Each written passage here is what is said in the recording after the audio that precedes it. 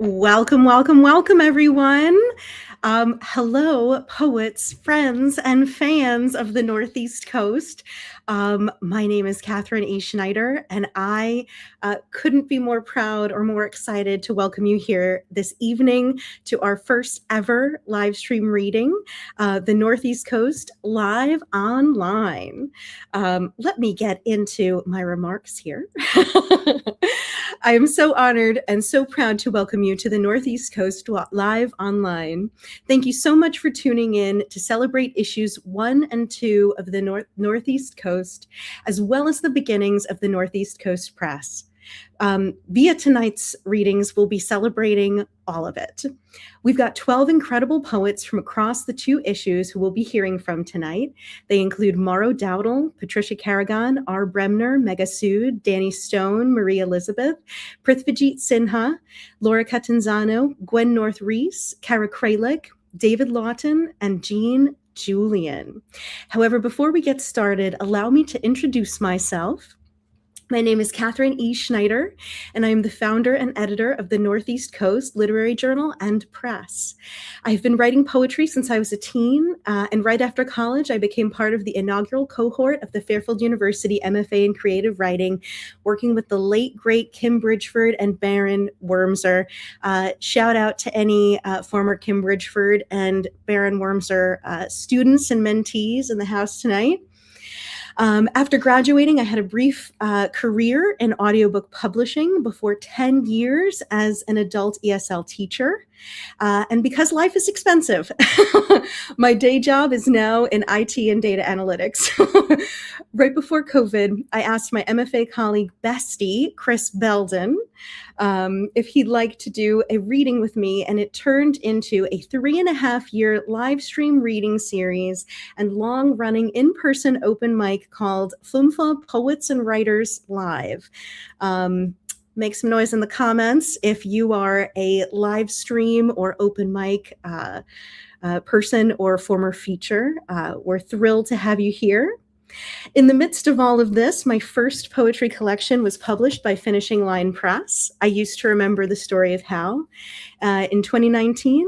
And now I am the current poet laureate of my city, Norwalk, Connecticut, that many of you got to visit if you were able to attend from the Northeast Coast to Norwalk, our first in-person event on January 31st. So a little over a year ago, I started to turn my dream of launching a literary journal into a reality. I rallied all of my web design, writing, publishing, and social media experience and collected my most haunting photos and videos of coastal Maine and Connecticut. If you've been able to guess any of those locations, props to you. I had one thought in mind: more great poetry needs to be published and celebrated. And then all of you showed up to support it on social media with words of encouragement and with submissions of your precious poems. Issue 1, summer 2025, made its debut in May and wowed readers with its diverse, powerful, and inspiring poetry and many opportunities to see and hear the poets on audio and video as well. Issue 2, winter, came out at the end of November and stirred our audience with a full spectrum of feelings, from deep and dark introspection to childhood laughs and coastal delights. The Northeast Coast will continue to be a twice-annual online literary journal dedicated to the poetry and spirit of the Northeast Coast. And it will do so as it welcomes and adds our latest venture, the Northeast Coast Press, LLC. The world needs more poetry, it needs more poetry books, and we want to be a trusted publisher and partner in bringing your most powerful and timely poetry collections into print. Submissions are open for manuscripts. Now, I wouldn't just ask you to entrust your manuscripts to the Northeast Coast without showing you what we can do. Enter my second poetry collection, Breaking the Fever, a work that was once a finalist for the Fairfield Book Prize and one that is very dear to my heart. So here she is. And we look forward to having more books very soon. I'm going to share 2 poems with you from the book tonight, from Breaking the Fever. And you'll just have to buy yourself a copy to read the rest. But I'm excited to share them with you before we move into our incredible issue 1 and 2 features. All right, let's get into it. The first poem I'm going to share with you this evening is the prologue poem. It's called Prescribed Fire. And it's a poem that was part of an ekphrastic collaboration with Dave Robertson, the creator, the producer of our original music, and an incredible painter from the UK, James Chenwishart. And if you scroll back on my Instagram to 2024, you'll be able to hear me reading the poem with original music and a beautiful time lapse of the painting. So I want you to imagine a skeleton sitting cross-legged in a black void with its head erupting in multicolored flames. Prescribed fire. You sat down dizzy, fevered on the floor. Past and present melt, lucid dreams of fire. You were in a taxi on your birthday in a foreign country, summer on fire. And she was not your wife, but she loved you, like your mother who made bread on the fire. The dogs would bark all night in your village. The occupier's army opened fire. The colors modeled on the water bright, city lights reflected, lapping like fire. Far from danger, you went to sleep that night. You wept until exhausted, eyes on fire. You used to sit and talk with your best friend on rooftops watching sunsets orange fire. You'd led her by the hand, weaving the crowds, religion belied by cheeks red with fire. Now, shoveling snow at the gas station, you ached for orchard fruit, for home, for fire. Take the pills like circus performers' flames, pop them back and gulp as if prescribed fire. My vision blurs as I see into you, all your bones, your wishes, your pain, your fire. I too have scars and stories never told, bound to my mind like a halo of fire. Thank you so much. Thank you so much. This poem is full of imagery that feels so powerful to me.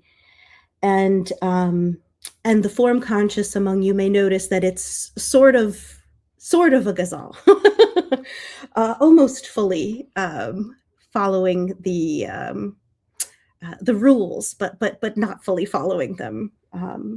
I find that form just captivating.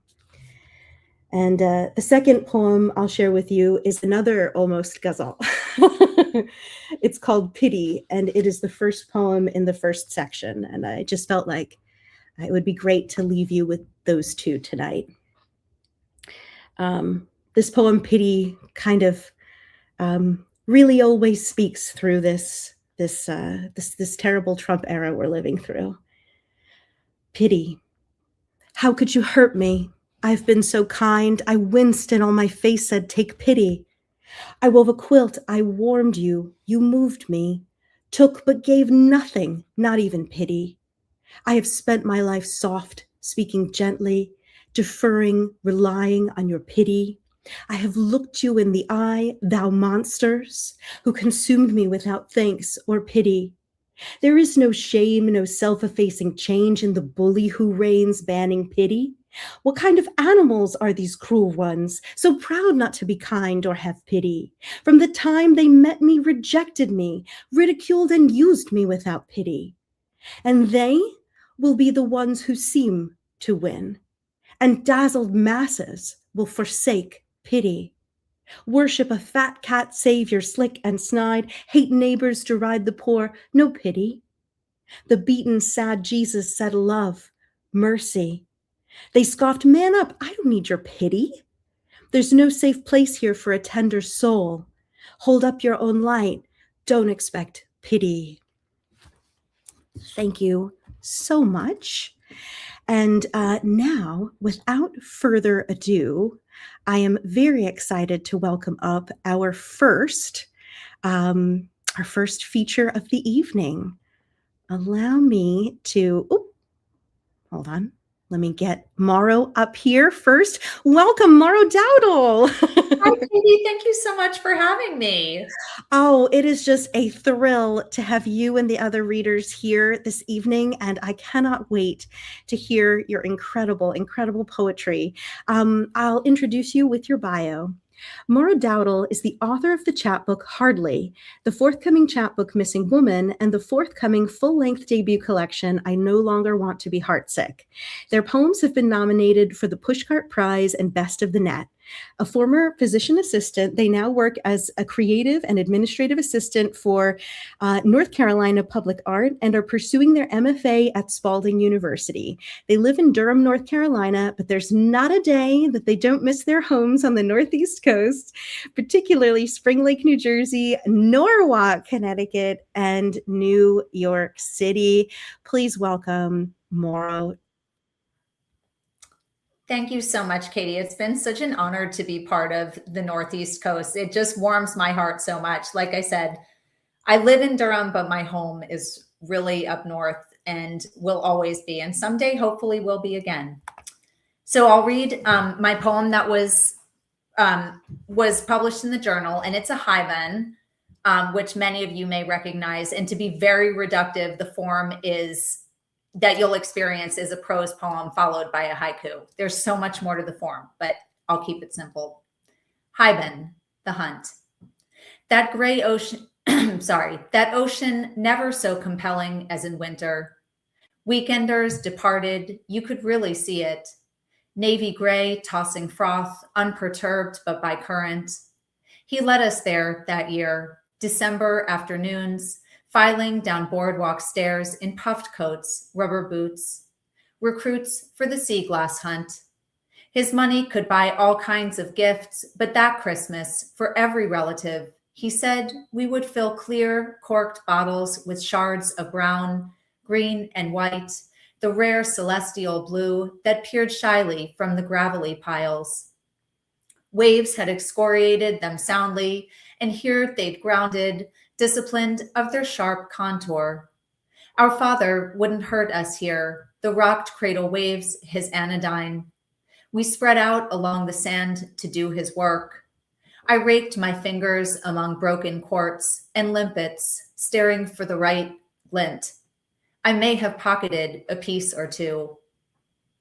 Sanding the edges does not make truth less acute. The next one I'll read is, it'll be evident why I chose this one. October Storm. I have opened an umbrella to ready myself, but stringy bits of sunlight are all that descend. Trees brace against the warm, tense wind, letting go of their shaggy coats, which patter the hard-packed path. How strange to get naked in advance of the cold. Winter disciplines with exactitude, demands rigorous truth. The umbrella stem rolls against my clavicles jut, a nagging reminder. The insects have not gone dormant yet, and two bite my neck. Only this year did I notice how much I miss my Northeast coast. Could I understand how very far from home I am? Some trees here are always bare, as are the vines that wrap them. When humans die, they can't stand upright. But when a secret's out, sometimes the upright fall, and sometimes there's no penance at all. Leaves applique the path in yellow and green, that ash-brown color that speaks only of death. Clouds thicken, coalesce, then I'm alone inside this little night. I'm not afraid of rain or any other water. I smell crushed crocus and carnation, though there's no flower in sight. And I'll read just one more quick one. And this poem is after one of the types of poem Gabriella Calvacaresi has styled in their most recent book, The New Economy. A lot of people have been imitating it, and for good reason. It's a very fun kind of format to follow. And it's called Miss You, Would Like to Build a Life with You, after Gabrielle Calvacaresi. Isn't it time after 21 years, that lurch when we first met, mere biology or God twanging my atheist heart? I believed in nothing, including love. I related best to your painting of a flayed man holding his own head. And yet I left your studio with something like faith. I'd like to think it's still inside me, even one vein carrying that blood, even if I've chosen to reduce the time that followed to the night you left to get a tattoo. A flash storm drowned the sound of our neighbor through the wall, beating his wife again. Our mutt scattered trash across the floor, and hundreds of roaches flooded the vent. Is this heavy handed metaphor the whole of us? I should never have made you my Mr. Fix It, psychic, or personal chef. I miss you like I've missed myself or what passed for one while those roaches kept running. You waited for me to see you, but I looked right through, complained I'd been forsaken. Let's find something other than misery to bind us. I'll wait for you in Florence, near Ponte Vecchio, browsing Murano glass, or at Mount Auburn Cemetery, knee-deep in snow. Come back to Lake Marion and float on my raft.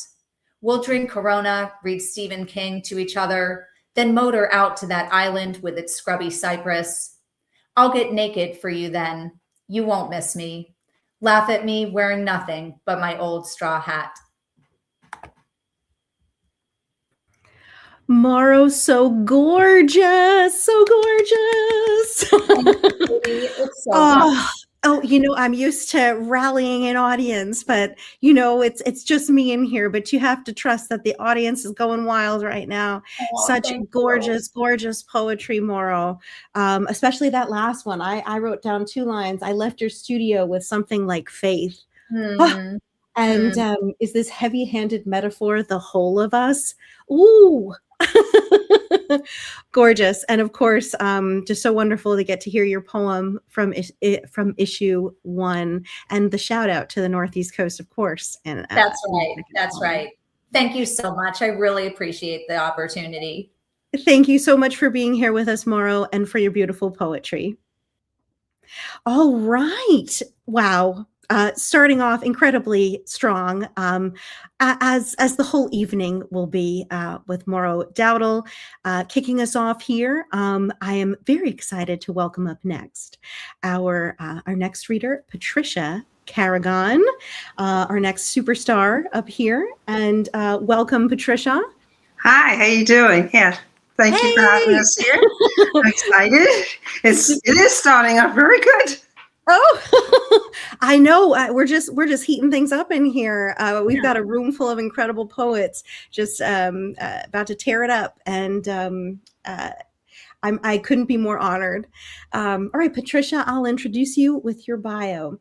Patricia Carrigan, a 2025 Best of the Net nominee from Poets Wear Prada, fabulous name, hosts Brownstone Poets and is the editor-in-chief of its annual anthology. She's the editor of Sense and Sensibility Haiku Journal and listed on the Poetry Registry for the Haiku Foundation. Her latest jazz poetry collection is Stranger on the Shore. Oh, beautiful, beautiful. And she lives in Brooklyn. Please take it away, Patricia. Thank you so much. Thank you for appreciating our poetry here. I love the exposure, and thank you so much for doing this. 3 poems. The first, I tend to write music poems. All these poems are not in my book. This is all new stuff. So I'm going to start off with What a Wonderful World, inspired by Louis Armstrong. In a world of breaking news, fed by the oligarch's will, stop, breathe, close your eyes, zone out, and heal. The collective is texting you. The world is still worth saving. Beauty's tough, a seasoned survivor, from a child's imagination to the tiniest leaf. Take a walk and observe the trees. They are way wiser. They don't complicate matters.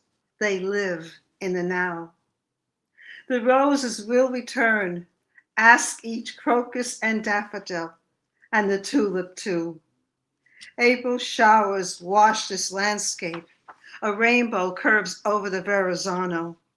The cold gray sky turns cornflower blue. The snow belongs to yesterday.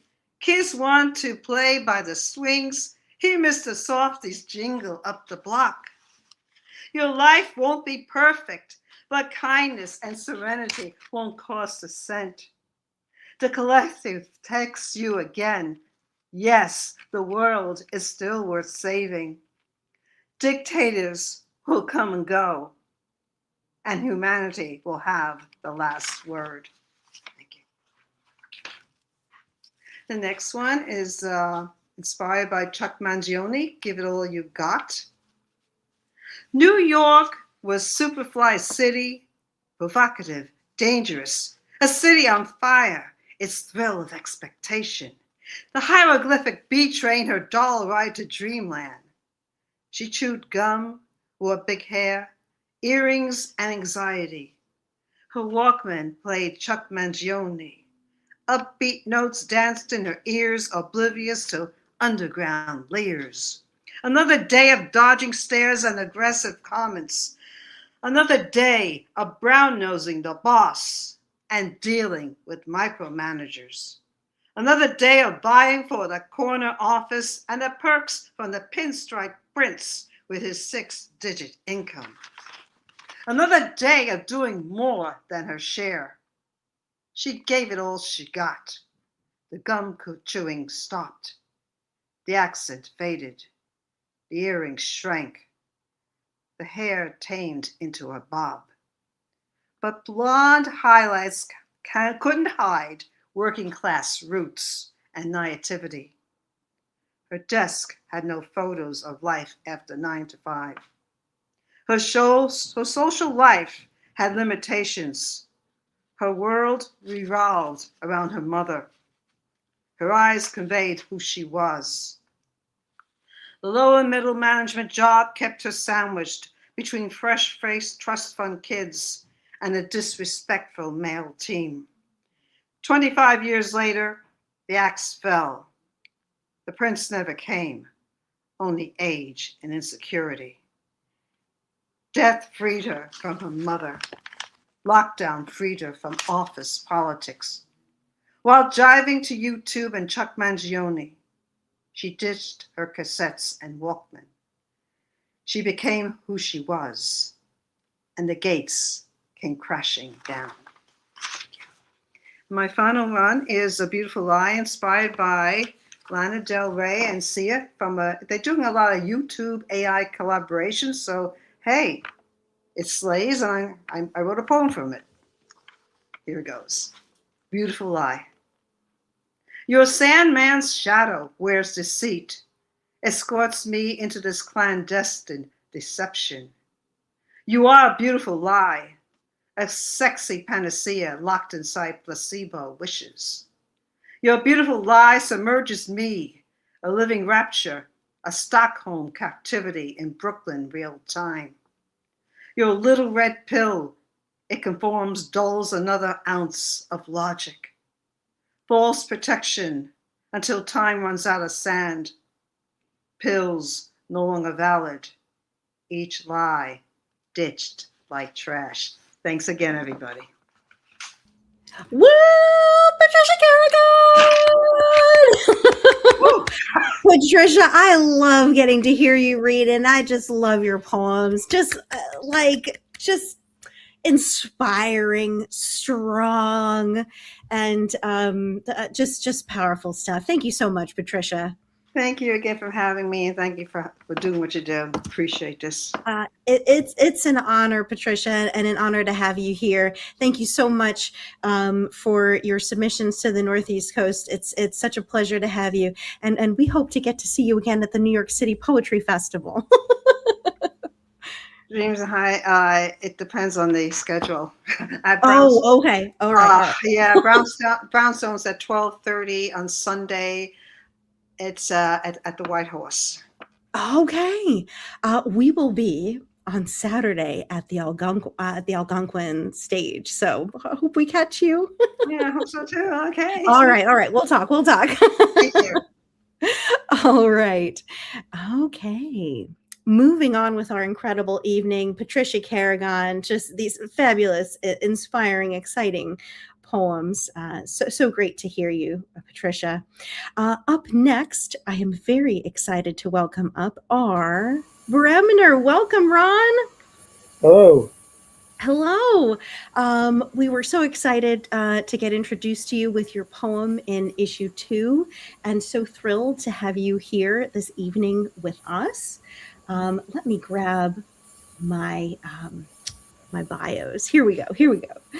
R. Bremner. R. Bremner has worked as a taxi driver, a security guard, a UPS truck unloader, and a 40-year computer programmer at Pan American World Airways, Continental Airlines, Amtrak, and Citibank. What a life! A 4-time honoree in the Allen Ginsberg Awards, Ron has written Of Incense, Peppermints, and the Color of Time since the 1960s. His latest book, You Who Are the Stranger, Collected Poems 1979 to 1989, has been nominated for the William Carlos Williams Award from the Poetry Society of America and is available at bn.com and amazon.com. Journals include International Poetry Review and Climate of Opinion, Sigmund Freud and Poetry, and the Northeast Coast. We're so happy to have you this evening. Please take it away, R. Bremner. Yes, and I'm very happy to be here as well. Fort Lee is a town on top of the Palisades, which are rocky cliffs towering over the Hudson River. And they're the home of the George Washington Bridge. So this is a sunny summer Sunday morning in Fort Lee, New Jersey. I'm almost the only walker walking east on the pedestrian path of the George Washington Bridge.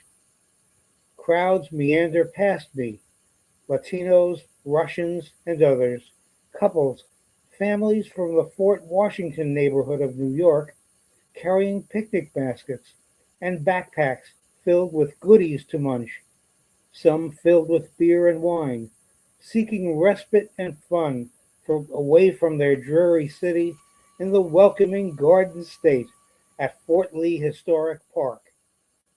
I do not look down. My acrophobia will not let me. My blood chills as I marvel at the courage of anyone who would jettison off this safe perch. Once I reach the New York side, I pivot and walk back again. Fort Washington has nothing to interest me. It is the walk I want. Back in Jersey, I claim my usual park bench high above the blue Hudson, whose hard running is out of earshot. Just the hum of traffic on the bridge and the gorgeous blue view. I take out my notebook and write, while the woodchuck I have named Slick Willie pops a hairy head out of his hole. I realize that I don't know if it's a he or a she. I realize that I don't know much of anything anymore, not since her mental breakdown. And I'd like to keep it that way. No knowledge is power. It's a sort of life. And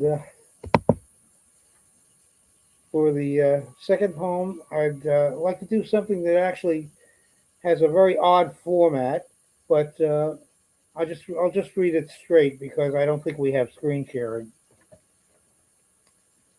Under cobalt palm trees, seersucker real people heard you talking near the doll's head. When hand-me-downs peeled off in a pristine jungle full of inebriated scavengers, sad hearts in their hands, in high-octane whirls, like lepers hoping to heal in the sun.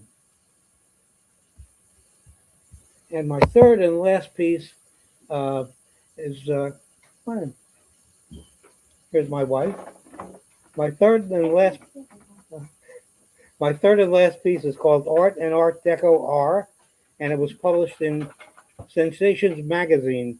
Sensations has been published since the 1980s, nonstop. It's one of the oldest continuously published magazines in the USA.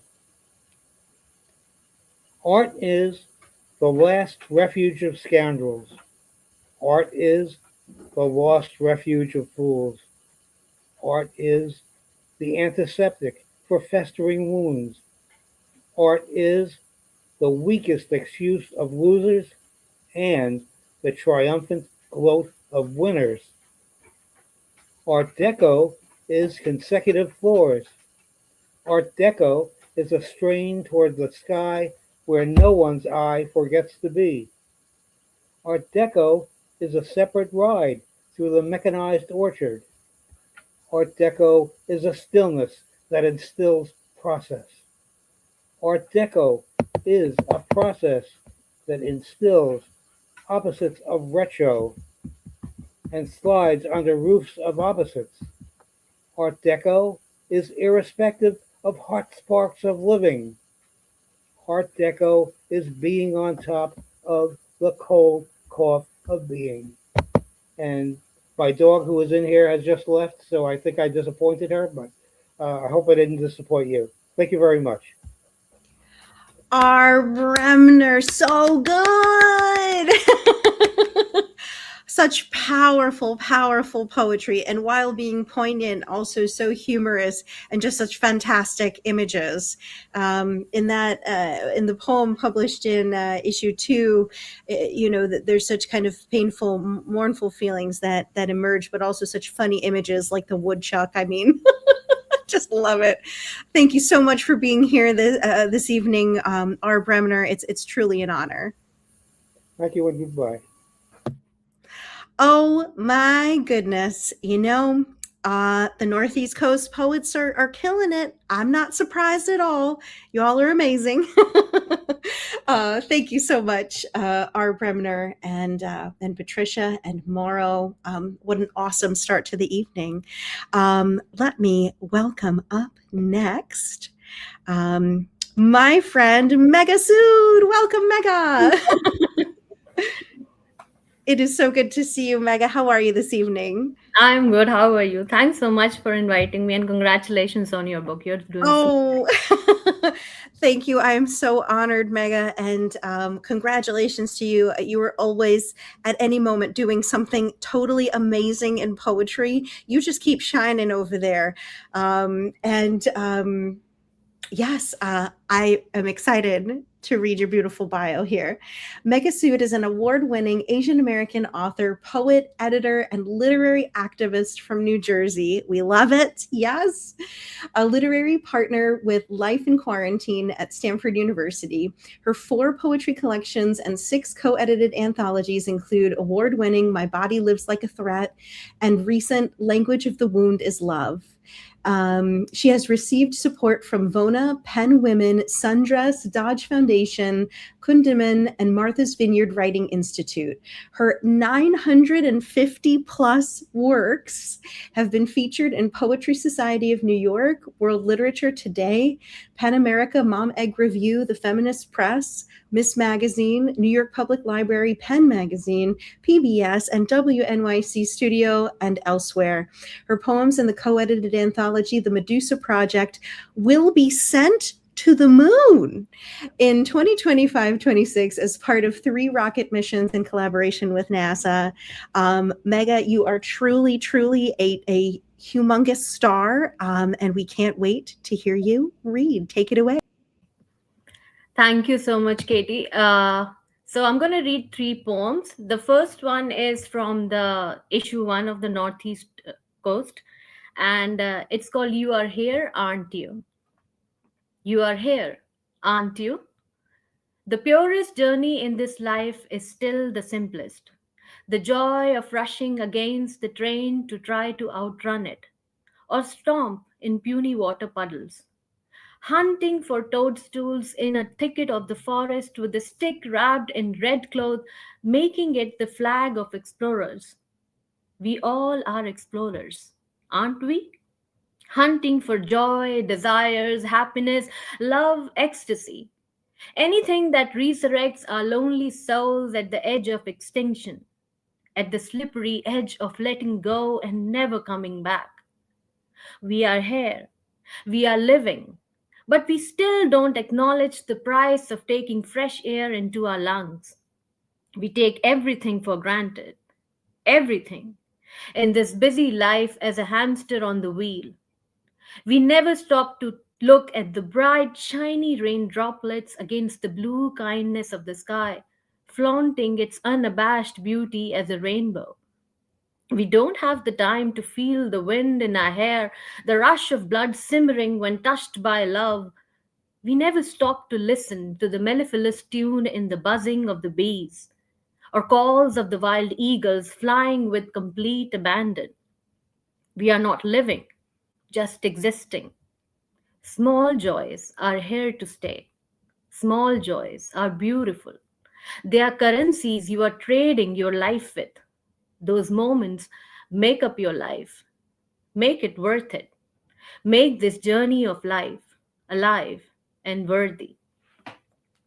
The next one, it's called Secret of Marination, and it was published in the feminist press CUNY, the issue Body Matters. And it's based on the theme that how the talking about abuse in a family is considered stigma. The secret of marination. The sizzling, juicy blobs of skewered meat marinated long enough for the grief to steep in slowly but surely, long enough for the flavors to set in, just enough for the colors of resentment to take hold. My eyes burn with the harsh realities as I deep fry my thickly coated resentment. But that is how everyone likes it. Just enough crunch to give you that extra bite. But I never let them know the secret ingredient that I hide inside the thin parchment of my skin. A secret that I dearly hold. A secret that could bring down this house of cards with one quaint blow. A secret sauce that makes everything edible, so that they can gulp down a swear said out loud in a room meant for praying.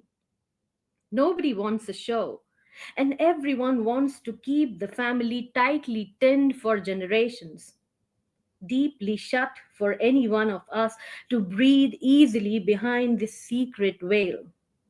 The history of marination stays put when everyone in the family takes a juicy bite, enough to keep their slobbering soul satiated. And the last poem of my reading is from my latest book, which is called Language of the Wound is Love. And it's the opening poem in my book, and it's an ode to poetry. And it's the reason we all have gathered here. It's called Poem, and it's Hunger. Do you ever realize how the body reclaims itself, like the dried scar from its time of birth? You only realize its presence when you see it. Hunger reeks from your soul, and like water from a mother's hair wrung after a bath, it brings out the scented memories of something pure and sublime. We all enter a poem, knowing its hunger, and emerge stripped naked of our emotions. There is always death standing at the end of the sentence. Not every enjambment gives meaning. Some lines are meant to be left orphaned, like the day they found an old crumpled picture of my bomb city in my wallet. We all enter a poem knowing its hunger, like a night feverishly trying to find its salvation in the open mouth of the bloody dawn. Thank you so much, everyone, for listening. Mega, so powerful. Every single poem, like a million quotes that I want to share. Gosh, what did I put from your poem from issue 1 that started out at chapter 1? They are currencies you were trading your life with. Just so beautiful. And oh gosh, and so many others that I didn't catch in the chat, but that I enjoyed and really felt just gorgeous poetry, Megasued. Thank you so much, Katie. Yes, and you have to go and make sure you see all of these beautiful comments in YouTube from everyone. Just really another incredible reading this evening. Thank you, Mega. Thank you. All right. Wow, wow, wow. Mega Sood. Beautiful, powerful poems.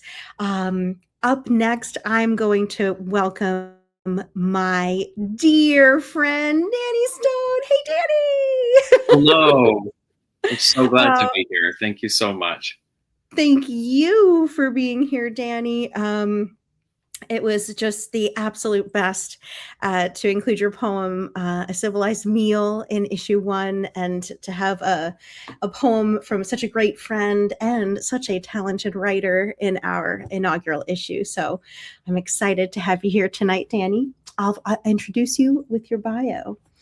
Danny Stone's publications include the poem A Civilized Meal in the inaugural issue of the Northeast Coast, summer 2025, as well as the novels Child Z, Strange Faces at the Windows, Safe in the Black Sand, Then Comes the Harvest, 2 stories in Queen City Flash, and the story collection For the Love of Mary Brennan.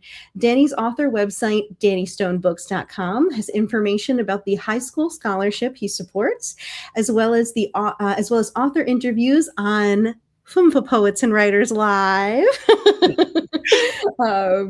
Hellavella, The Easy Chair, and 102.7 WICY.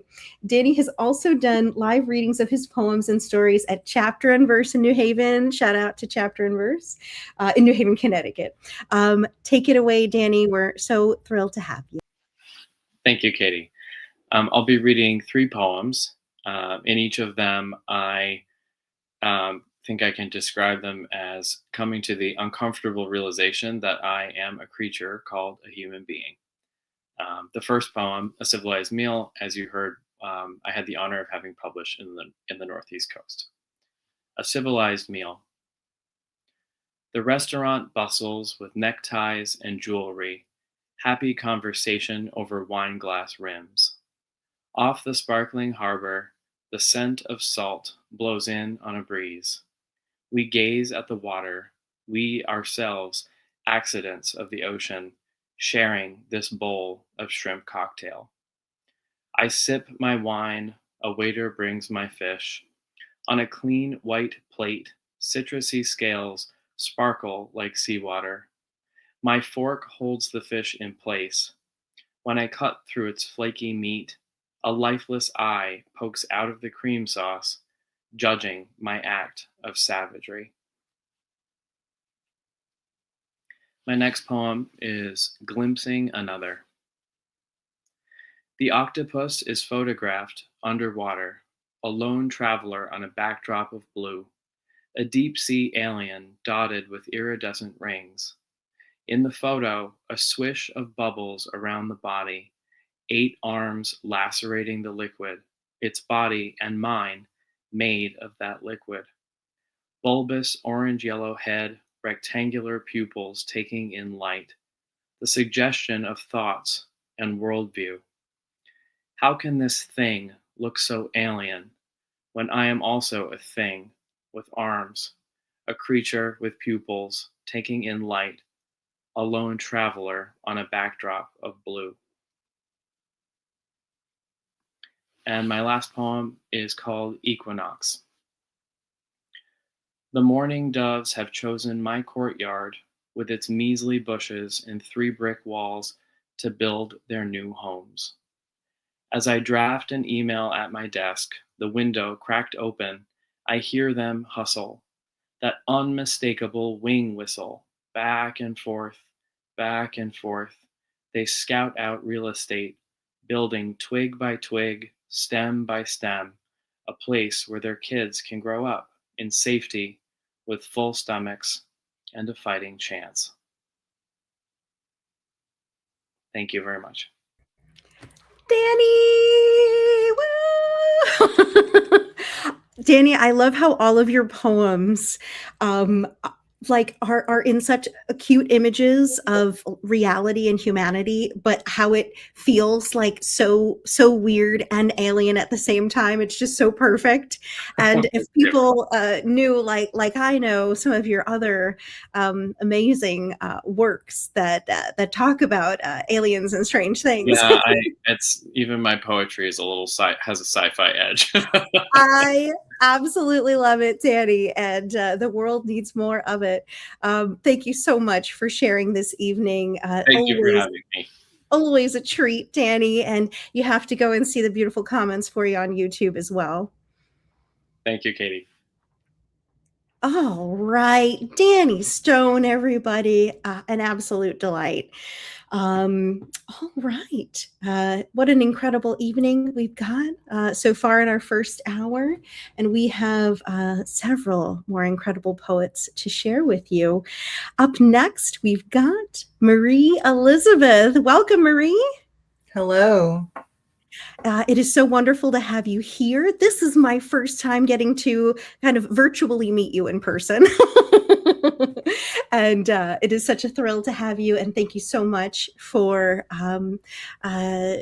submitting your poems to the Northeast Coast.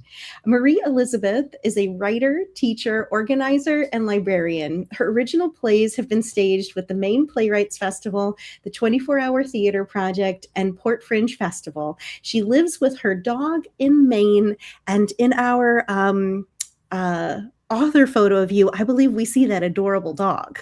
Sure do. We love it. Marie, take it away. Great. Thank you, Catherine, so much for having me. This first poem was published in issue 2 of the Northeast Coast. It is called Pizza Party ? Why is one of your bleakest memories a grade school pizza party? Maybe it is the chasm between promise and delivery, the glee implied by the concept, a party in the classroom, celebration suggested by pizza, in the middle of a school day, whimsical, subversive. But then it is only this, solemn seated rows before stacks of cardboard boxes, slices doled out sternly, don't forget to take a napkin, chewing in doughy silence, struggling to swallow through tangles of cheese in your throat. You long for a typical Thursday with reading after music, routine a sweet relief, instead of this torpid party, obscene and out of place as the cafeteria trash bin wheeled in for the occasion, filled with greasy paper plates and gnawed-up nubs of crust. And 24 other children, their faces blurred by memory. Surely they enjoyed the party the way you were supposed to. My next poem is about Portland, Maine. It is called Tour of Port City. First stop, the top of the hill, the thrill of a new home, a city still unknown.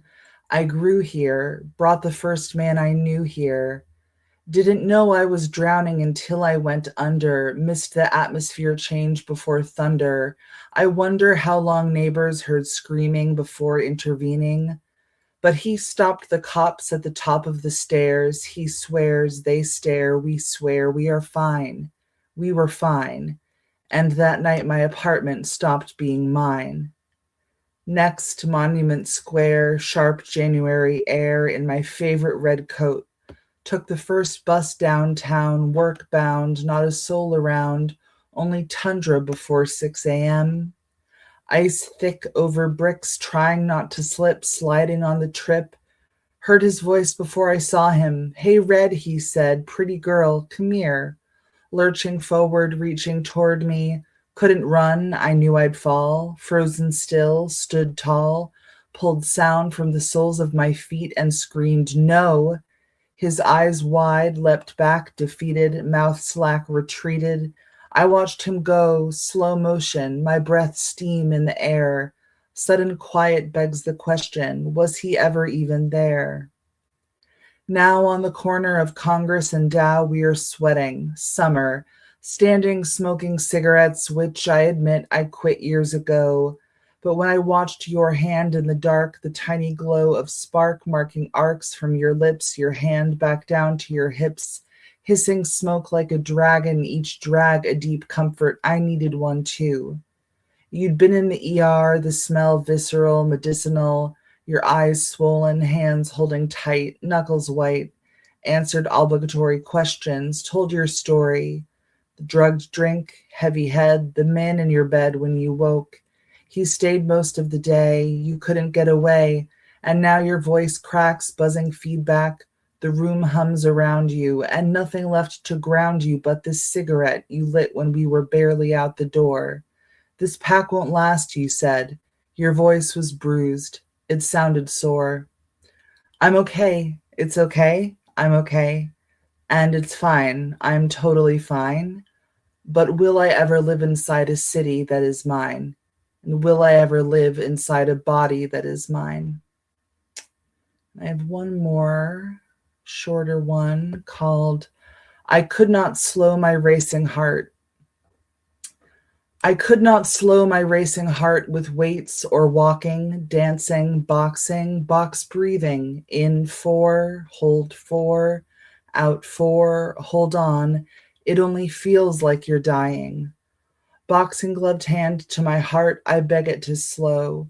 But if a watched pot never boils, a begged heart never listens. Baclofen, mirtazapine, benzos, magnesium, the ghost of each pill, a lump in the throat hovering over the hammering heart. Grandpa Steve always said, let the faucets drip when it freezes, and each drip needles your skull, but surely each drip is better than a pipe bursting, a heart bursting. Maybe this just means, for better or worse, you're alive, you're alive, you're alive. Thank you. Marie Elizabeth, everybody. So, so, so powerful, Marie. I wish you could have seen the YouTube comments as you were reading. Powerful, powerful poetry. And of course, in Pizza Party ? Just the hilariously dull and awkward imagery. It's just too good. I have to say this to all of our poets out there who don't yet have a book but have incredible poems. Manuscript submissions are open, and we really want to hear from you. Beautiful poems, Marie. And to you and everyone, please keep sending poems to issues. And if you have a manuscript, always, we would just love to see it. It's an honor to have you here tonight, Marie. Thank you. Thank you for having me. Awesome. Awesome, awesome, awesome. Powerful stuff, y'all, right? So, so beautiful. It's really, I just endlessly gushing about the amazing poetry and amazing poets here this evening. Thank you again to you all. All right, let us continue. We have up next our friend Prithvijit Sinha. Welcome, Prithvijit. Thank you so very much. We are so thrilled to have you with us this evening. And in fact, where you are, it is Thursday morning. And for everyone who does not know, Prithvijit is in India. And he has an incredible connection to the Northeast Coast. Prithvijit, would you mind sharing that with us briefly? Absolutely. First of all, good morning to all my fellow poets. The birds have started chirping, and so have your words started to reach our hearts and minds. So my connection to the Northeast Coast is via Sandy Carlson ma'am and Ed Zitko sir, who have spearheaded the Oronog Mountain Publishing community of poets. And based out of Woodbury, Connecticut. Absolutely. So while going through a submission guidelines on Hudson Valley Writers Guild, in which I have received the honor of being the only non-Northeastern Coast or Hudson Valley poet to be featured back in 2022. So that's where I found her. And since then, it has been such a fruitful association going back to late November 2024 when I submitted my first poem. And Beautiful. in 25, she instituted the podcast, to unite poets from around the world. And that's how I also came to know about you and your wonderful work, and about the world of poet laureates and larger poets. And all of you are now my friends. There are so many familiar faces that I meet and get to be in the company of each month. And this is just We love this, Thank you. Prithvajit. You are genuinely an honorary Northeast Coastian. And you certainly belong. Your poem Woodbury is truly gorgeous, and I can't wait for everyone to get to hear you read it shortly. Allow me to introduce you with your bio, and thank you so much for sharing that, Prithvajit. Prithvajit Sinha is a postgraduate in MPhil from the University of Lucknow, having launched his prolific writing career by self-publishing on the worldwide community Wattpad since 2015 and on his WordPress blog and Awad Boys Panorama. He is now the proud author of his debut solo book of poetry titled A Verdant Heart. Besides that, his works have been published in many publications, such as Madras Courier, several Oranug Mountain publishing books and anthologies, the Hemlock Anthology, India Writing Project, Literary Yard, the Candyman's Trumpet Journal, Phone Photo Awards, Everscribe Magazine, Pisum Literaria Journal, Irshad Poetry, Medusa's Kitchen Journal, the Hooli Review, Grey Sparrow Journal, FemAsia Magazine, Top 10 Films, Hudson Valley Writers Guild, and many, many more. Please take it away, Prithvajit. Thank you so very much, everybody. Good morning to all the poets once again. This poem is titled Woodbury. It was intended as a dedication to Sandy Carlson, ma'am, since, by associating with her, I got introduced to the Northeast Coast at large. And now this poem is also a dedication to all the poets gathered here and beyond. Woodbury. The black-rimmed aviators you bought with your first paycheck had been forgotten on an oblong stone outside the library. It was so quiet here that the whole city seemed to harbor monastics. It is strange how you never gave in to the material laws on that day. On the fifth setting sun of a drenched August, you also lost Brian to the big sea. He had brought you closest to the library, the monastic silence of Woodbury, and that oblong stone that has fortunately not moved an inch. Eternally, the proud verdure of Woodbury hummed, the grass hummed, the herons flight and the warblers hummed, the bookstores hummed, the people with their own primary energies hummed, so did the poetry readings. So many times Brian had brought you humming along to them. So many times he had hummed within himself. So many people dream of Woodbury. So have you dreamt of its lavender evenings scented with your big city perspiration. Woodbury, sweet Woodbury, like fireflies keeping your soul alight wherever you go. Woodbury, sweet Woodbury, it will always carry the scent of home. Thank you. And my second poem for today's wonderful event is titled Today. It is based on my daily walks, especially a Sunday walk that I took a few months back, where it was so solitary and I got to revel in my favorite stretch of the city, that is around the riverfront and the garden and park. Today. Today, I had the sense of being airlifted on wings of gossamer and emerging rarities in the familiar Sabbath days, usual jaunts. Didn't sleep too long, past my ninth amendments of rest and brunch. I was not hungry, and the plates were stocked with fine petals and leafy extensions. Today, a hairless tree's still life caught the frame, like Monet pushing open drums of his melancholy, only to set free scrambled letters that didn't only mean that we were doomed. The seats were empty, but they were full with overtures of grey and blue from that unnamed painter's palette, strong and proud in the great haze of today. The wise one had trebled his solitude. The rows and flanks of vegetation were making love to this redstone corridor. Unblemished were the open vistas of hotels, monuments, and the red monolith, with a lamp shaped like a curious human head and cursive designs on a gate. Today, the sensibilities were different. This walker wanderer had come to be the only one, lost and found by the elemental lyricism of Monsoon. Thank you. And my third and final poem for today is a very pivotal one for our times. I wrote it around a month ago when I watched Mohammad Rasoulov's Iranian film, Seed of the Sacred Fig, and I feel the cinema and poetry serves us really strong imagery. And based on that, and since the issue has caught fire and is even more pivotal, I am going to recite it. So I've titled it after the film itself. It is titled The Seed of the Sacred Fig.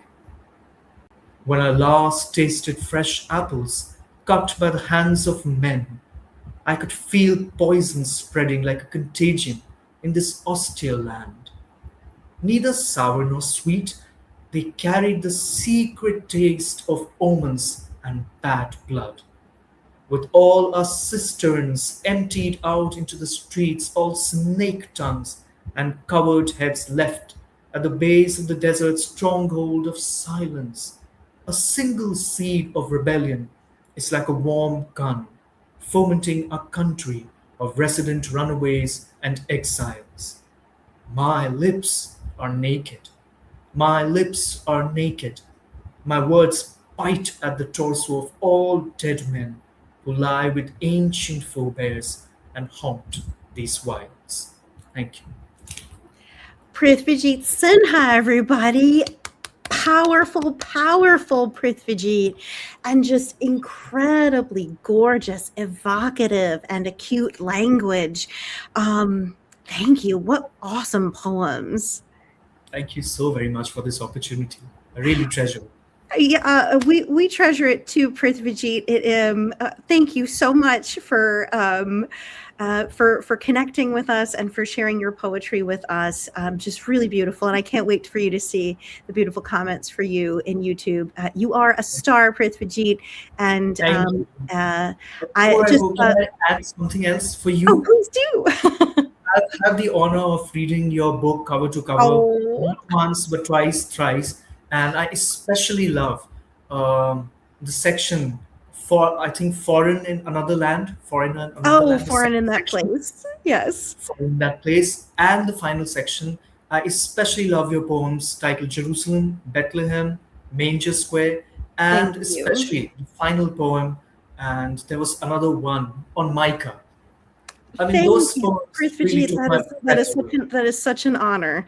That's such a big part of this book. My travel to Palestine, and anyone who really connects with those poems are. That means so much to me. Thank you, Prithvijit. Thank you for your gifts. Thank you. And thank you for submitting to the Northeast Coast and for all of your incredible support. And this is just a reminder to everyone, if you are on social media, please do follow and support each other. I know, Prithvijit, you're very active, and so are so many of you. Stay connected and support each other. Y'all are amazing. Thank you, Prithvijit. Amazing, amazing. Just one after another, you all blow me away. And, I think whenever I make those posts, kind of very serious, vibey, black and white, when I say I'm honored to read your poems, it's overwhelming, the incredible amount of heart and talent and imagery that's coming through in all of your different poems. And it truly, truly is an honor. All right, continuing on with our incredible evening. I'm excited to welcome Laura Catanzano. Welcome, Laura. Hi, thank you for having me. Hello, I'm excited. hello. I wasn't prepared. I thought I was number 9 for some reason. And then I miscounted. Maybe I miscounted. I'm fine. I'm here. I'm ready. I'm good. Okay, no, I didn't miss anybody. Okay. No. You're good. You're good. Yeah. I think when I posted in the chat, the spacing was weird too. That's my bad. Perfect, Laura. So you are you're from New Hampshire. We've got New Hampshire in the house this evening. And I remember your poem from issue 1 so well because being the Northeast Coast, we expect healthy variety of poems that evoke the beach and the coast. And your poem from issue 1 does that so beautifully. So I'm excited to hear it shortly. But let me introduce you with your bio. Laura Catanzano is an emerging writer of free verse poetry. Her poems reflect on her experiences through motherhood, her recovery from generalized anxiety disorder, and her love of nature. Her work has been published in the Northeast Coast, the Fionlanack, that's a Gaelic word. Yes, it is. It's Folianac. Folianac. Oh, okay. Almost. Journal and Opal, among others. Please welcome and enjoy Laura Catanzano. Okay, so my first poem, which was in issue 1 of the Northeast Coast, is called The Cottage by the Sea. Here we go. There's green and amber sea glass lining the sills of the ever-open windows at the cottage by the sea. We run with jelly legs on mountains made of sand, with freckles on our noses and eyes as clear as tide pools. Our summer days flow rhythmically, unhurried by the changing tides, unmoving as the giant ocean rocks of the jetty. There's red lobsters in the boiling pot and backgammon on the blanket. We are glowing in the afternoon sun. I bottle up our laughter, a message in a bottle only we can hear, sailing across the shores until life and love are only reflections of the sky upon the salty, timeless water. And when I'm old and my hair is white as sea foam on the wind, and my children ask me what I wish, I'll close my tired eyes, and with the raspy voice of a gull song, I'll say, take me once again to the cottage by the sea. Okay, and my next poem is called Gray. Sometimes I pray for gray, selfish, I know, a solemn plea for the sky to match my mood, that the sun might tuck away its brilliance behind slate coverings, simply because smiling feels too heavy for me today. Facing the onslaught of colors, the vicious beauty of this world is simply too much. Instead, might I leach them out, roll them back like fog over the tide, paint it all in muted tones of whitewash, ash, and soot?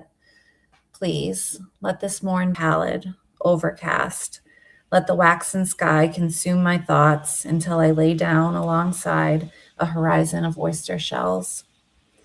Let my shoulders fold inward. Let the sky hide away its pigments under mist-crusted cumulus. Let my breath be the only thing to soothe me. Tomorrow, there will be room for joy. Let today be gray. And my final poem is called An Altar of Dead Things. An altar of dead things on my bedside table. Dried up conch shell, brown petaled rose, my grandmother's photograph. Where do we come from? You say, from nothing. But I was here for years already, in my mother's womb. And it's true, I remember nothing. Though I think even then I was something.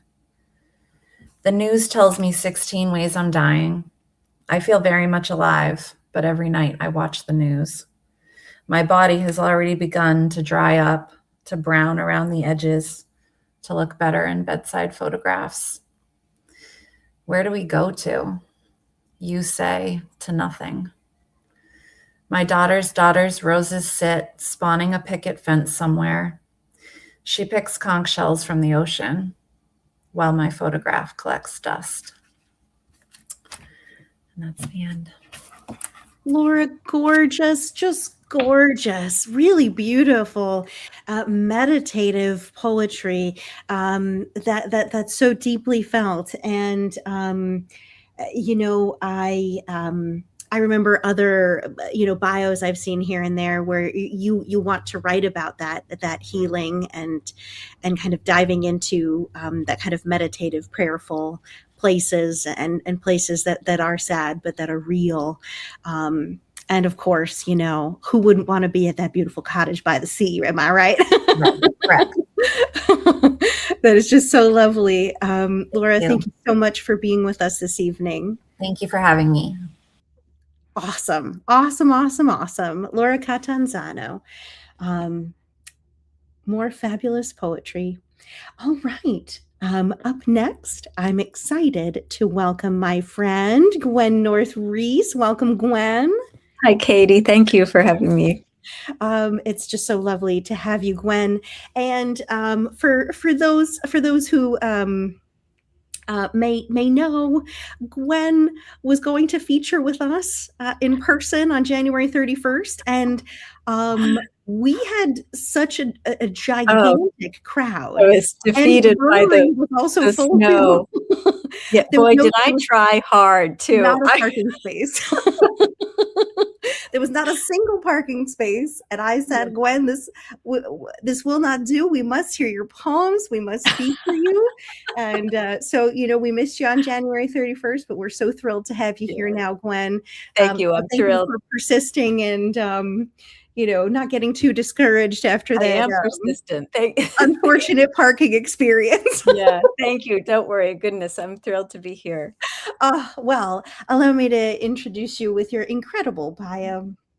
Gwen North Reese has published poetry in Rhino, Connecticut River Review, Mom Egg Review, Dogwood in print, and other literary magazines. Her poem Willow was awarded the 2025 Nutmeg Prize from the Connecticut Poetry Society, and a poem on Alexander Calder was included in the 2023 Connecticut Literary Anthology.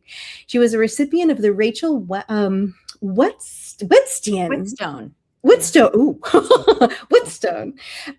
Award at the 92nd Street Wise Unterberg Poetry Center. Reese also writes about modern architecture. She is the author of New Canaan Modern, a preservation history, and a poetry chapbook, Notes on Metals.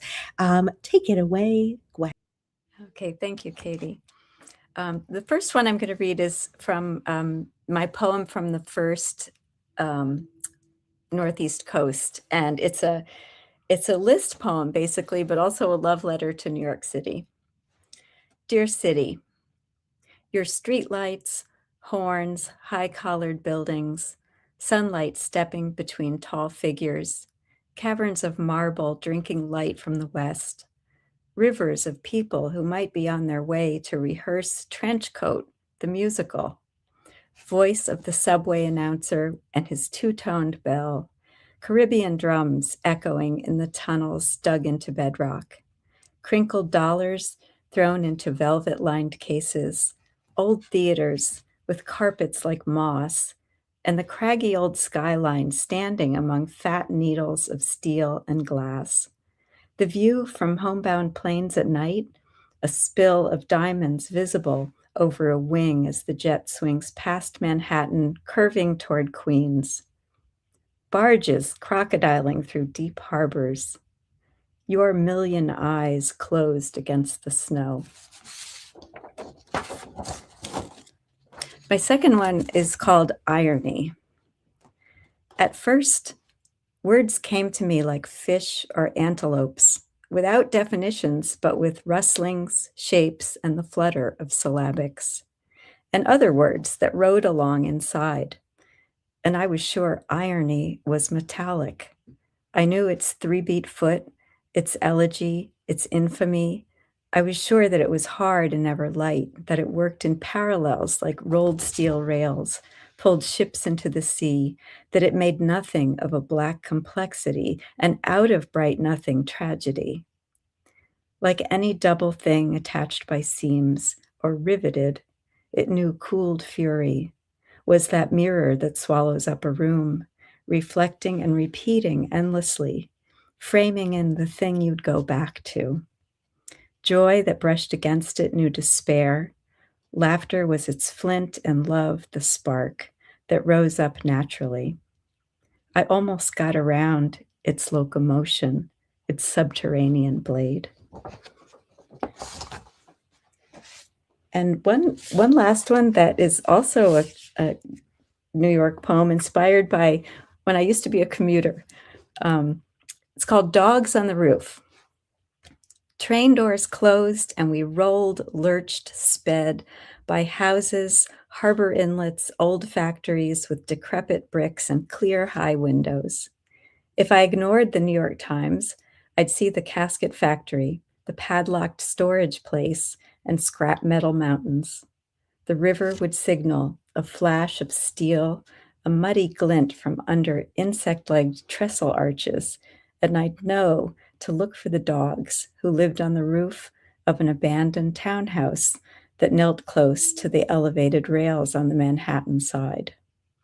Amid boxes and old furniture, sometimes one slept, but the other, they were big dogs, would stand at the edge of the roof and stare as if he found the passing of the train splendid, strange, and worthy of his attention. Thank you. That's it. Gwen. Amazing, Gwen. Such fantastic city imagery there. We got the commute. There's a lot of New York inspired poets tonight, so I realized that some of my favorites are. Yeah. We love it, and one thing that's so cool about being sort of a region inspired, not necessarily region limited journal, is that we do get plenty of poems that do evoke all of these different places and really bring out that Northeast Coast spirit and the imagery, and we just love it. Gwen, thank you so much for bringing that imagery tonight. Ooh, a car horn going off in my in my apartment parking lot. There's some of that imagery. But anyways, Gwen, thank you for everything you do, Katie, for poetry. Oh, I'm so happy to meet everyone tonight. This international isn't it a pleasure? Isn't it amazing? You're all amazing. Well, thank you, Gwen. A real pleasure to have you, and hopefully we'll get you and everyone in person at a place with ample parking. In person at some point in the future. Lovely poetry, Gwen. Thank you. Thank you. All right, Gwen North Reese, everybody. Fantastic poetry.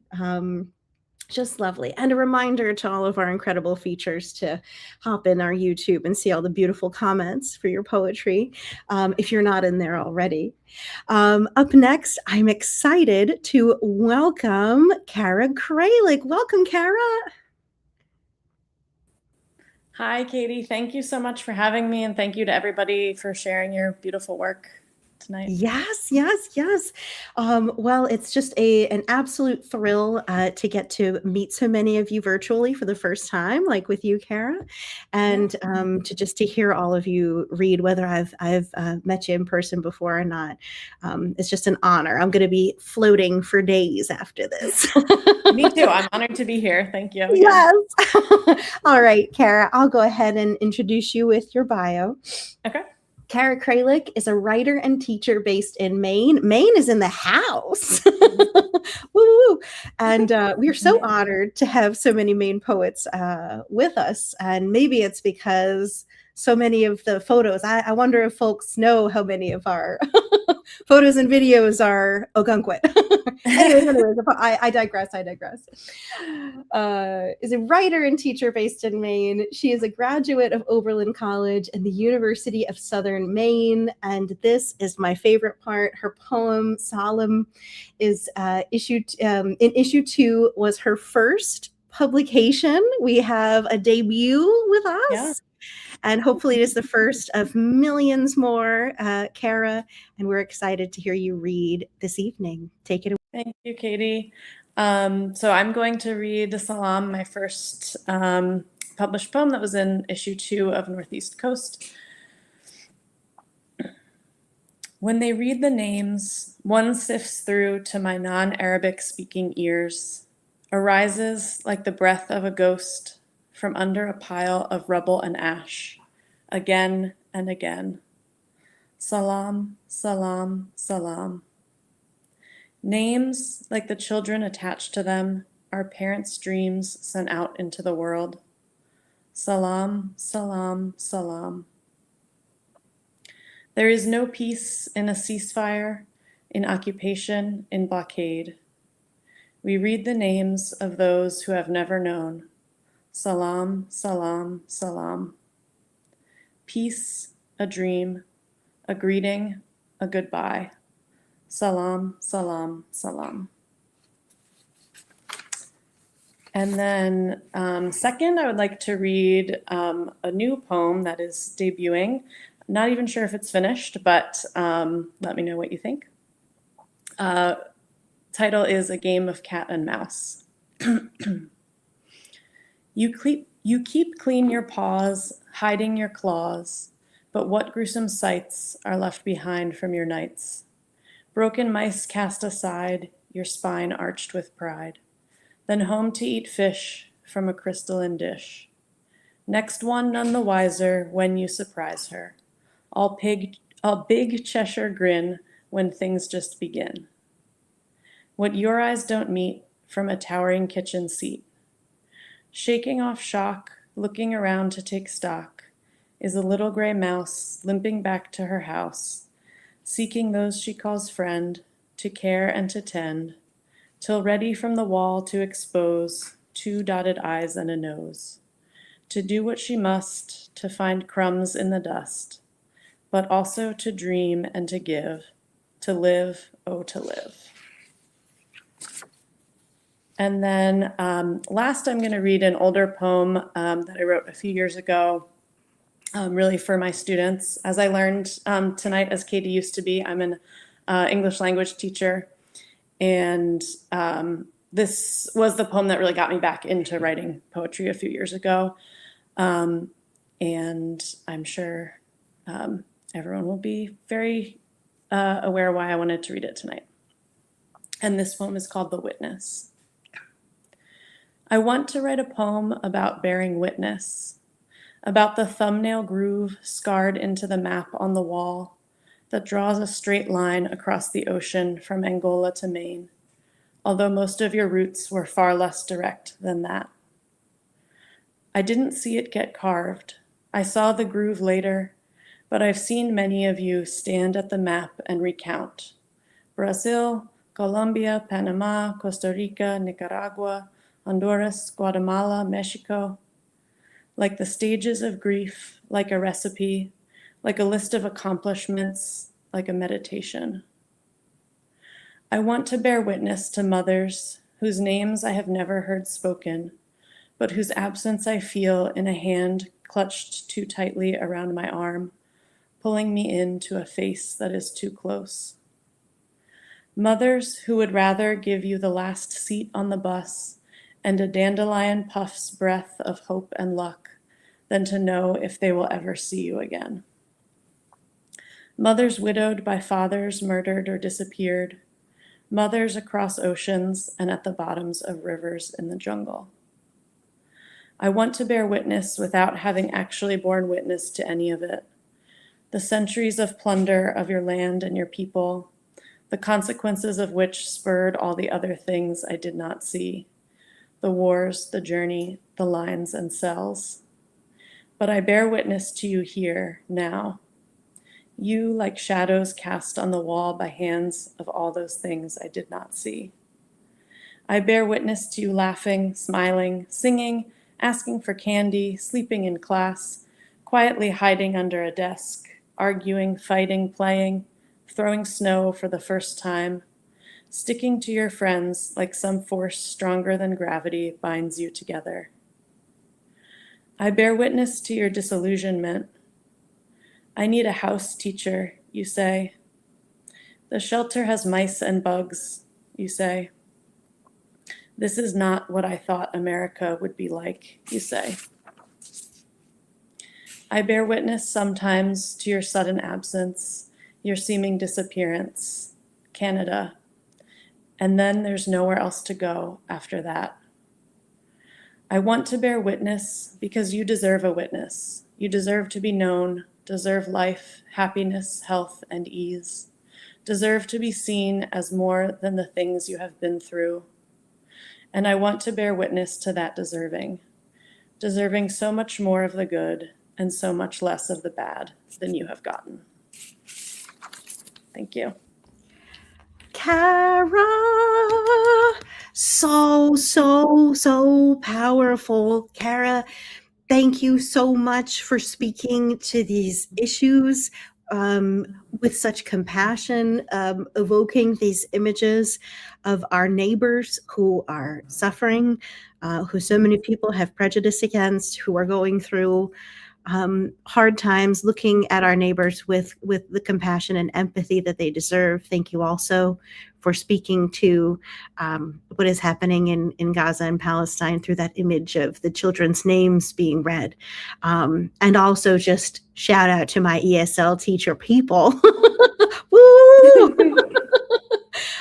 Thank you for your compassion and for your gorgeous, powerful poetry. You and everyone else, please keep sending to the Northeast Coast. We are a community for you always, and hopefully a home to your poems again and again. And if you ever have a manuscript, please do submit it. Thank you so much. Gorgeous poems. Thank you. All right, Kara Kralik, everybody, bringing the power, bringing important issues to us, and we want to hear it. We want to hear your powerful and timely poems, things that are so necessary and so important. Your voices are important, and they make a difference. Yes. Moving on with our evening, we have two incredible poets remaining this evening. And I'm excited to welcome up David Lawton. Hello, David. Welcome. Hello. It is so wonderful to have you here and to get to virtually meet you in person. It's wonderful to be here, living almost my whole life all over the Northeast Coast. So it's fantastic. We love it. And you have such a fun bio here. Well, everyone is just so fascinating, but allow me to introduce you with your awesome bio. Here, let me get your banner up here. David Lawton's new chapbook, The Graveyard of Memory, is now available from Bottle Cap Press. His full-length collection, Sharp Blue Stream, and earlier Chap Inspirative are still available. Recent work has appeared in Meat for Tea, Journal of the Westbury Literary Group, and Call Me Brackets. Pixie Dust, the debut album from Hydrogen Junkbox, his lo-fi DIY anti-folk band with poets Amy Herman and Eric Alter, is available on most major streaming services. We all need to check that out. That sounds amazing, David. Yes, I don't have time to do any numbers from that tonight. No, we're excited to hear your poems tonight, but everyone will follow you and look you up for sure. Take it away, David. Okay. I want to start with two short poems from the chap that I brought out this past year called The Graveyard of Memory from Bottle Cap Press. And this is called Boston Black Francis. Crackety Jones flunked out of Zoomass, ate at Buzzy's roast beef while on MDMA, tried to break in the city jail to make his escape, rode passed out all night on the Huntington line. Crackety hopes everything is all right, but wants to know if an opinion is a thing you have. One time too many stuck in traffic on the overpass has him of the opinion that he's misplaced his mind.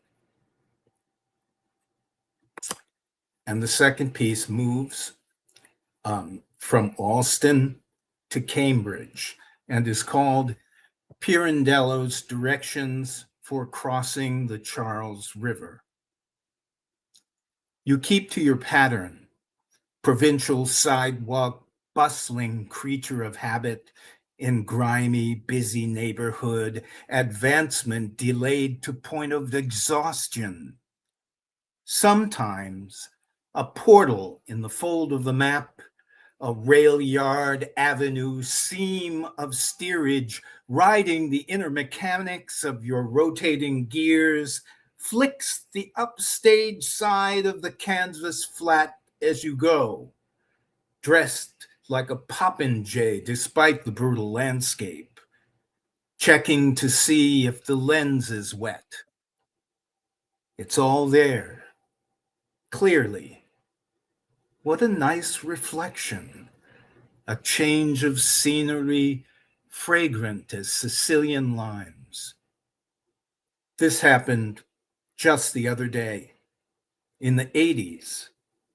Why waste time when it needs to be squandered?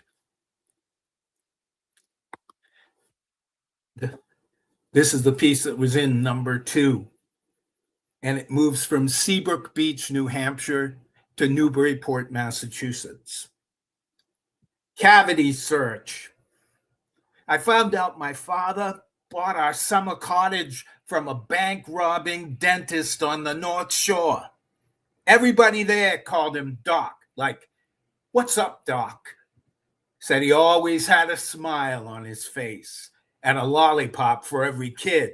But while he was raking in the bucks, drilling patients' teeth in his gleaming porcelain practice, they didn't know Doc was blowing it all on the ponies at Rockingham Park or the craps table in the back room of the Kiwanis Club. Things got so bad he started making book on the side and appeared in court as an alibi witness for a known mobster he was indebted to. This mobster used him as part of his crew specializing in armored car heists. One day, Doc gives the all clear sign in the parking lot of the Newburyport shopping center to hit a Brinks truck making a drop. Then the feds sprung their trap and dragged the gang, including the dentist, off to the big house, leaving me in the cottage with a sneaking suspicion. It was almost like a family connection, living in the same house as Doc, only with danger and fortune and a shot of Novocaine. Our cellar is not finished. There's a sand dune that springs up on one side, climbing to the front wall. Even in the worst summer heat, that sand is as cool as cold, hard cash. All that practice drilling cavities would have been great preparation for Doc to make holes to fill with those white cloth sacks with dollar signs printed on them. That's what you do with FU money. Blackbeard's lost treasure, Egyptian grave goods, that hidden chamber of riches in the Arabian Nights. I need to get a metal detector like those jackasses who walk the beach all off season. This house is only a front for a motherload of loot. And I thank you for listening. David Lawton, everybody. So good. David, when I tell you, when I read Cavity Search, I happened to be at a Starbucks and I was it's a true story, by the way. I love it. I love it. The bank robbing dentist. All true. Hysterical. Oh my God. And you'll see the comments in YouTube. Just such an incredible narrative, such an incredible poem, and the imagery and the way that you read it, perform it live, is just the biggest treat. It's hysterical, David. Oh, shucks. Thank you. It's the truth. And your other poems, so full of images and characters and just wonderful humor and observations. We just love it. Please keep them coming to the Northeast Coast if you're so inclined. We love these characters and these scenes, and we love your performance too. So lovely, David. Thank you again. Oh my goodness. I swear to you, when I read Cavity Search, cry laughing, instant, I must have this poem. But I have to say with all of you, getting to read your incredible poems, which, like I said, is such an incredible honor. it's just, it means so much to get to publish them and to get to hear you read them live at a night like tonight. Amazing. Oh, so many giggles. David Lawton. Up next, and our last poem of a poet of the evening, finishing us out tonight, we have the wonderful Jean Julian. Welcome, Jean. Hi, everybody. Great to be here. You're all hard acts to follow, as they say.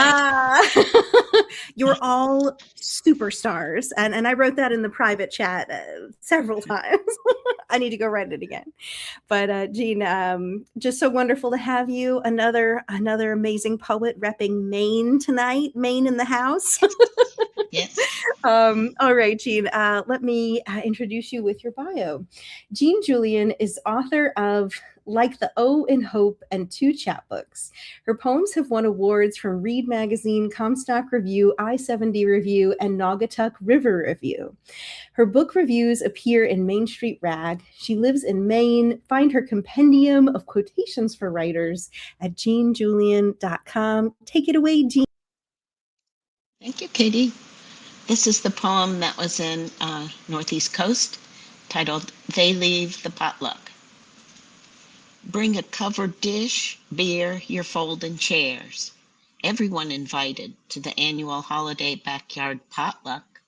Everyone, that is, who lives in Lilliput Landing.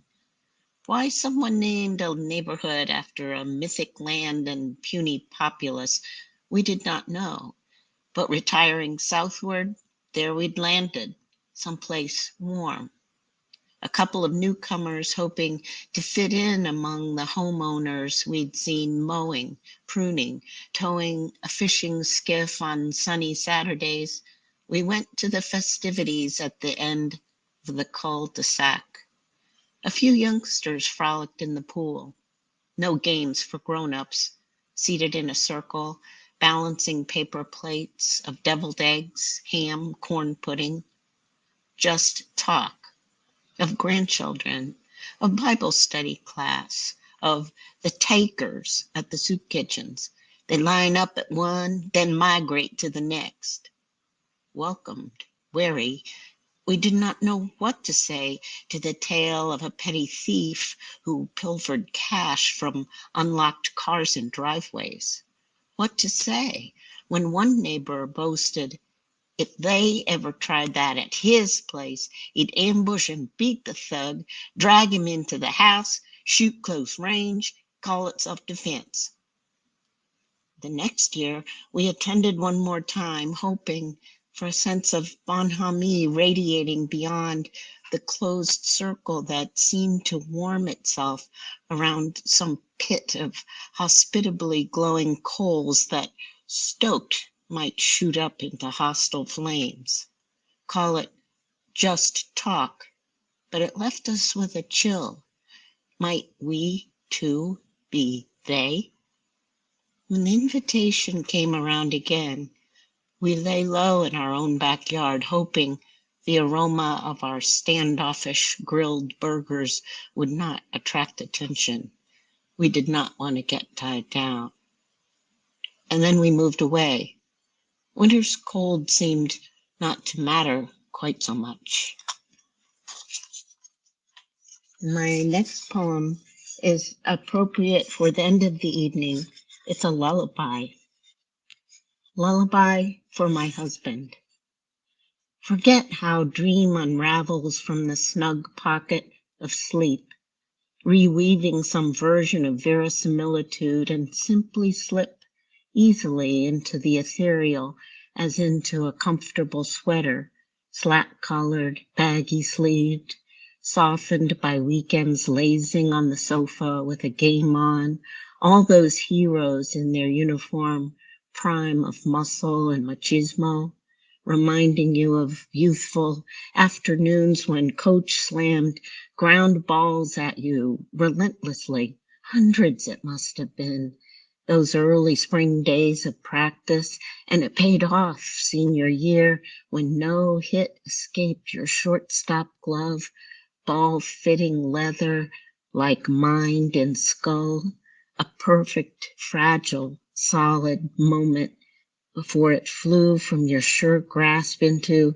the beckon of now and true, the where you dreamed, where you meant it to go. Thank you, everyone. Jean, Julian, everybody. Woo, woo, woo, woo, woo. Jean, such powerful poetry. They leave the potluck. Whoa. Thank you so much. Just so powerful and just such great imagery. We hear these people, and to hear you read it, it's even that much more evocative. Prithvijit made such an excellent comment in YouTube right now. Socialization can be alienating after all.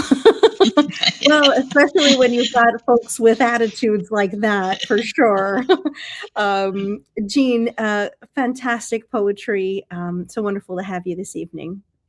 Oh, thanks so much. And thanks, everybody. It was great listening to everybody's work. Absolutely. Well, everybody, what an evening it has been. What a total honor it has been to host every single one of you. I know that we're not in a room physically together, but let me get a round of applause wherever you are for our incredible features this evening. Mauro Dowdle, Patricia Carrigan, R. Bremner, Mega Sood, Danny Stone, Maria Elizabeth, Prithvijit Sinha, Laura Catanzano, Gwen North Reese, Kara Kralik, David Lawton, and Jean Julian.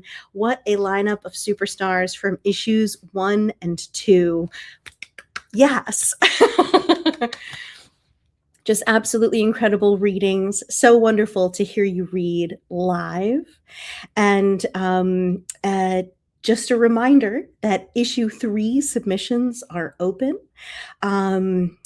Previously published poets are absolutely welcome to submit. Please also continue to spread the word among your incredible friends, whether you are published once again by the Northeast Coast or not, whether you send in a manuscript or not. This community is yours, and we want to keep in touch with you always. Please share with us your wins and your publications and wonderful things that you're doing. And as we continue to grow and host events in the future, we would love to have you there, our wonderful poets.